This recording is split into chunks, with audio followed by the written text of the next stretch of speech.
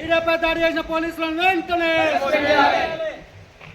ఉస్మానియాలో అంటే డిఎస్సి వాయిదాలకు నిరసన వ్యక్తం చేసిన క్రమంలో ఆ వార్తను కవర్ చేయడానికి వెళ్ళినటువంటి G24 ఛానల్ సంబంధించి శ్రీచరణ్ అనే మీడియా ప్రతినిధి అక్కడికి వెళ్ళిన క్రమంలో కవరేజ్ చేస్తుండగా అతన్ని ఈడ్చుకెళ్ళి పోలీస్ స్టేషన్ తీసుకుపోయి నేను మీడియా ప్రతినిధి అని చెప్పినప్పటికీ కూడా ఉపేక్షించకుండా మళ్ళీ అతనిపైన పిడిగుద్దులు గుద్దుతూ దాడి చేయడం జరిగింది. దీనికి నిరసనగా ఈరోజు నాగర్కర్నూలు జిల్లా కల్వకుర్తి నియోజకవర్గ జర్నలిస్టులను కలిసి మీకు వినతి పత్రాలు అందజేస్తాం.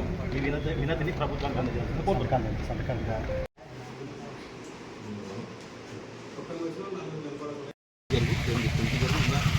ముగ్గురు వచ్చేటట్టు సార్ ప్రజలకు ప్రభుత్వానికి వారధిగా పనిచేసినటువంటి మీడియా వ్యవస్థ పైన రాష్ట్రంలో దాడులు జరుగుతూ ఉన్నాయి. మొన్న జరిగినటువంటి బల్కంపేట ఎల్లమ్మ దగ్గర ఒక మహిళా జర్నలిస్ట్పై దాడి జరిగింది. అది మరవక ముందే నిన్న ఉస్మానియా క్యాంపస్ ఆవరణలో జరిగినటువంటి అంటే డిఎస్సి వాయిదా వేయాలని చెప్పేసి వాళ్ళు నిరసన వ్యక్తం చేస్తున్న క్రమంలో ఆ వార్తను కవర్ చేయడానికి వెళ్ళినటువంటి G24 న్యూస్ ఛానల్కి సంబంధించినటువంటి శ్రీచరణ్ అనే జర్నలిస్టు పైన పోలీసులు విచక్షణ రహితంగా ప్రవర్తించారు. తర్వాత బూతులు మాట్లాడుతూ తర్వాత అక్కడికి ఈడ్చుకెళ్ళి గల్లబట్టి ఈడ్చుకెళ్ళి అతను చెప్తున్న పరిస్థితి అంటే ఒళ్ళంతా కూడా అంటే బాగా పిడిగుద్దులు గుద్దినటువంటి పరిస్థితి. దీనిని నాగర్కర్నూలు జిల్లా కల్వకుర్తి జర్నలిస్టులంతా కూడా తీవ్రంగా ఖండిస్తున్నాం. ఈరోజు దానికి నిరసనగా కల్వకుర్తి నియోజకవర్గంలోని జర్నలిస్టులంతా కూడా మహబూబ్నగర్ చౌరస్తాలో తర్వాత నిరసన వ్యక్తం చేసి ఇక్కడ ఆర్డీఓ గారికి వినతిపత్రం అందజేయడం జరిగింది. మీడియా పైన అంటే అందరూ కాదు కొంతమంది పోలీసులు పనిగట్టుకొని చేసినట్టుగా నిన్నటి వార్త చూస్తే నిన్నటి విషయం చూస్తే మనకు అర్థమవుతా ఉంది. అంటే వాళ్ళు మాట్లాడే విధానం అన్పార్లమెంట్ లాంగ్వేజ్ మాట్లాడుతూ ఎవరైనా ఉండొచ్చు అంటే శాటిలైట్ అనుకోలేదు మేము లేదంటే మేము సోషల్ మీడియా అనుకున్నాము అది కాదు. ఒక జర్నలిస్ట్ అన్నప్పుడు తర్వాత ఒక వ్యక్తికి కూడా స్వేచ్ఛ ఉంటుంది. ఆ వ్యక్తులను కూడా అన్పార్లమెంట్ మాట్లాడే అటువంటి హక్కు ఎవరికి కూడా లేదు. ఆ హక్కును వాళ్ళు సొంతం చేసుకున్నట్టుగా తర్వాత రాజ్యాంగాన్ని వాళ్ళ చేతిలోకి తీసుకున్నట్టుగా నిన్న ప్రవర్తించి మాట్లాడడం జరిగింది. ఈ మధ్యకాలంలో మరి పోలీసులు నిజంగా కూడా దురుసుగా ప్రవర్తిస్తూ ఉన్నారు. కొంతమంది అందరు కాదు కొంతమంది మరి అంటే మీడియా హక్కులను కూడా వాళ్ళ చేతిలోకి తీసుకునే ప్రయత్నం చేస్తూ ఉన్నారు. కొంతమంది ఇండైరెక్ట్గా బెదిరిస్తూ ఉన్నారు. కొంతమందిని బ్లాక్మెయిల్ చేస్తున్నారు మీరంటూ వాళ్ళు బ్లాక్మెయిల్ చేయడం స్టార్ట్ చేసినారు. దీన్ని కూడా మేము తీవ్రంగా ఖండిస్తున్నాం. ముఖ్యంగా ఈ పోలీస్ వ్యవస్థ అనేది ఒక కుల ప్రాతిపాదికనో తర్వాత ఒక మత ప్రాతిపాదికనో కాకుండా అందరినీ సమానంగా చూడాల్సినటువంటి హక్కులను కాపాడాల్సినటువంటి బాధ్యత వాళ్ళ పైన ఉంటుంది. ఏ జర్నలిస్టుకు ఆపద వచ్చినా ఫస్ట్ మీకే పోలీసులకే ఫోన్ చేస్తారు. మరి మీరే ఇలాంటి అరాచకాలకు ఇలాంటి దాడులకు పాల్పడితే మరి ఎవరికి చెప్పాల్సిన పరిస్థితి ఉంటుంది. ఇదంతా కూడా తీవ్రంగా ముక్తఖండంతో ఖండిస్తూ ఉన్నాము. ఇలాంటి కార్యక్రమాలు ఇక్కడే కాదు ఎక్కడైనా ఒక ఉస్మానియానే కాదు ఎక్కడ పునరావృతమైనా అని మేము కార్యాచరణ సిద్ధం చేసుకుంటాం. రాబోయే రోజుల్లో తెలంగాణ ఉద్యమాన్ని కన్నా మించి తరహాలో ఉద్యమిస్తాం. కాబట్టి ఎవరైతే అతి చేస్తూ ఉన్నారో వాళ్ళంతా కూడా జాగ్రత్తగా ఉండి మీడియా పట్ల స్నేహభావంతో మెలగాలని చెప్పేసి తర్వాత గుర్తించినట్టుగా కొంతమందిని వ్యవహరిస్తూ ఉన్నారు.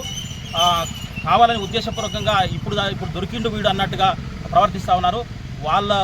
వాళ్ళకు మేము హెచ్చరిస్తూ ఉన్నాం.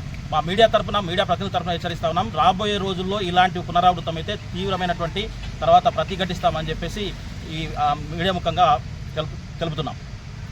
నియోజకవర్గ స్థాయి జర్నలిస్టులు ఈరోజు ఆ దాడిని ముక్తకంఠంతో ఖండిస్తూ ఉన్నాం. అందులో భాగంగానే ఈరోజు కల్వకుర్తి ఆర్డీఓ గారికి వినతిపత్రం ఇవ్వడం జరిగింది. డిఎస్సికి అంటే ప్రజలకు ప్రభుత్వాలకు ప్రజల్లో ఈ వ్యవస్థలో నడిచే అన్ని రంగాలకు వారధిగా ఉన్న మీడియాపైనే దాడి అనేది ఇది చాలా హేమైన చర్య. ప్రభుత్వం కానీ పోలీసులు కానీ ఆ దాడికి ఎవరైతే బాధ్యులైన పోలీసులని వెంటనే వాళ్ళని విధుల నుంచి తొలగించాలని కల్వకుర్తి మీడియా డిమాండ్ చేస్తూ ఉన్నది. ఇలాంటి చర్యలు మరోసారి పునరావృతం కాకుండా ప్రభుత్వం కట్టుదిట్టంగా చర్యలు తీసుకోవాలని మేము డిమాండ్ చేస్తూ ఉన్నాం. ప్రభుత్వంలో రంగంలో 4 వింగులుంటే ఈ 4th పిల్లర్ పైనే దాడి చేయడం అనేది ఇది రాజ్యాంగ స్వేచ్ఛకు భంగం కలిగించినట్టుగా మేము భావిస్తూ ఉన్నాం. ఈ దాడిని ముక్తకంఠంగా మేము ఖండిస్తూ ఉన్నాం. ఇంకోసారి జరిగితే తీవ్రమైన రాష్ట్ర వ్యాప్తంగా పెద్ద ఎత్తున ఆందోళన కార్యక్రమాలు చేపట్టి దీన్ని ఉద్యమంగా తీసుకెళ్తామని మేము కోరుతా ఉన్నాం. ఉస్మానియా యూనివర్సిటీలో నిన్న జర్నలిస్టు సోదరునిపై పోలీసులు అంటే ఉస్మానియా యూనివర్సిటీలో వార్తను కవరేజ్ చేసేందుకు వెళ్ళినటువంటి జర్నలిస్టు సోదరునిపై పోలీసులు దాడి చేయడం నిజంగా దురదృష్టకరం.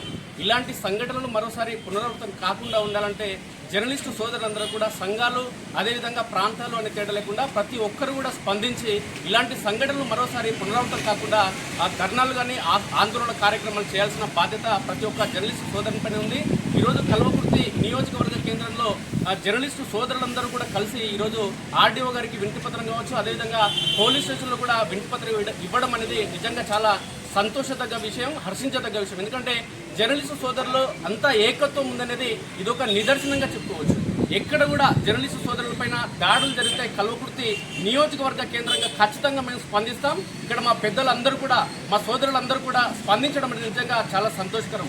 అదేవిధంగా రాజకీయ పార్టీలకు సంబంధించిన నాయకులందరూ కూడా అన్ని పార్టీలకు సంబంధించిన నాయకులు కానీ రాజకీయ నాయకులు కానీ కుల సంఘాలకు సంబంధించిన నాయకులు కానీ ఖచ్చితంగా జర్నలిస్టు సోదరులపైన దాడులు జరిగితే మాకంటే ముందు వాళ్ళు వచ్చి రోడ్లపైకి వచ్చి ధర్నాలు ఆందోళన కార్యక్రమాలు చేయాల్సిన బాధ్యత వాళ్ళకు కనీస బాధ్యత ఉంది. దీనికి ప్రధాన కారణం ఏంటంటే ఏ కుల సంఘానికి సంబంధించిన నాయకులు కానీ లేదంటే రాజకీయ పార్టీలకు సంబంధించిన నాయకులు కానీ లేదంటే ప్రభుత్వ ఉద్యోగులు కానీ ప్రధానంగా పోలీసులే ఈరోజు జర్నలిస్టులపైన దాడి చేయడం నిజంగా దురదృష్టకరం. పోలీసులకు సంబంధించిన సమస్యలు ఉన్నా కానీ జర్నలిస్టులే వార్తలు రాయాల్సి ఉంటుంది. కాబట్టి ఈ సమాజంలో ఉన్నటువంటి ప్రతి ఒక్క మనిషికి సంబంధించి ప్రతి ఒక్క జీవానికి సంబంధించి ఏ సమస్య వచ్చినా జర్నలిస్టులే స్పందిస్తారు. కాబట్టి జర్నలిస్టులకు కష్టకాలం వచ్చినప్పుడు జర్నలిస్టు సమస్యలు వచ్చినప్పుడు ఖచ్చితంగా ప్రతి ఒక్కరు కూడా స్పందించాల్సిన బాధ్యత ఉంది. ఇలాంటి సంఘటనలు మరోసారి పునరావృతం అయితే అది ప్రభుత్వ ఉద్యోగులు కానీ లేదంటే రాజకీయ పార్టీలకు సంబంధించిన నాయకులు ఎవరైనా కూడా పార్టీలకు అతీతంగా స్పందించాలి. అదేవిధంగా జర్నలిస్టు సంఘాలకు సంబంధించిన నేతలందరూ కూడా